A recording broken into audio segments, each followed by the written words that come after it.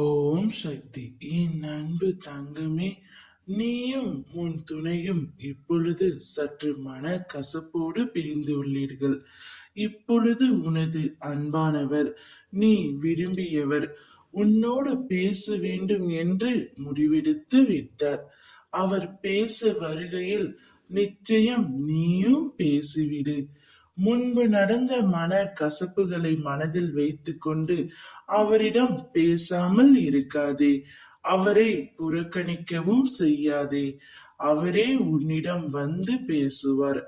அம்மா, நான் முடிவு செய்து விட்டேன். அவரும் அதே முடிவைத்தான் எடுத்திருக்கின்றார். தான் செய்த தவறை உணர்ந்து அவர் வந்து உன்னிடம் மன்னிப்பு கேட்பார். அப்பொழுது அந்த மன்னிப்பை நீ ஏற்றுக்கொள்ள வேண்டும் தங்கமே. உண்மையான உறவுகளிடத்தில் தவறு செய்வது, மன்னிப்பு கேட்பது, சங்கடங்கள், மனக்கசப்புகள், பிரச்சனைகள் அனைத்தும் வருவது இயல்புதானே. அவற்றையெல்லாம் நீ புரிந்து கொண்டு உன் வாழ்க்கையை கடக்க வேண்டும். தவறுகள் செய்யாத மனிதர்கள் இவ்வுலகில் யாருமே இல்லை. தவறுகள் செய்வது இயல்புதான். அதை புரிந்து கொண்டு உணர்ந்து கொண்டு மன்னிப்பு என்ற வார்த்தையை மனதார கேட்டால் அவற்றை நாம் ஏற்றுக்கொள்ளத்தான் வேண்டும். நீ கடந்த காலத்தையே நினைத்து கொண்டு அவரை தண்டிக்கவும் வேண்டாம், புறக்கணிக்கவும் வேண்டாம். இவ்வுலகில் பல உறவுகள் நீங்கள் இருவரும் சேரக்கூடாது என்று நினைத்து கொண்டிருக்கிறார்கள்.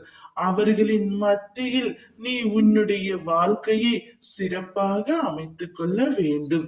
தவறுகள் புரிந்துவிட்டால் இனிமேல் நான் அவருடன் வாழ மாட்டேன் என்று முடிவு செய்தால் வீணடிப்பது அவருடைய வாழ்க்கை மட்டும் அல்ல, உன்னுடைய வாழ்க்கையும் தான்.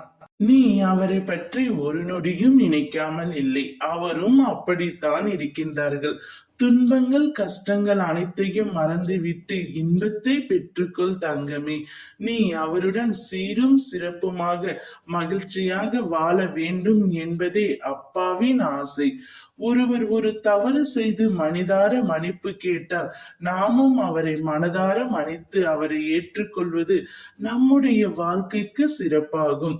அவளுக்காக ஒரு வாய்ப்பை கொடுத்து மகிழ்ச்சியாகவும் நிம்மதியாகவும் வாழ்த்தங்கமே. உன் துணை நிச்சயம் உன்னிடம் வந்து பேசுவார். அவரை மனதார ஏற்றுக்கொண்டு சந்தோஷமாக இரு. ஓம் சக்தி.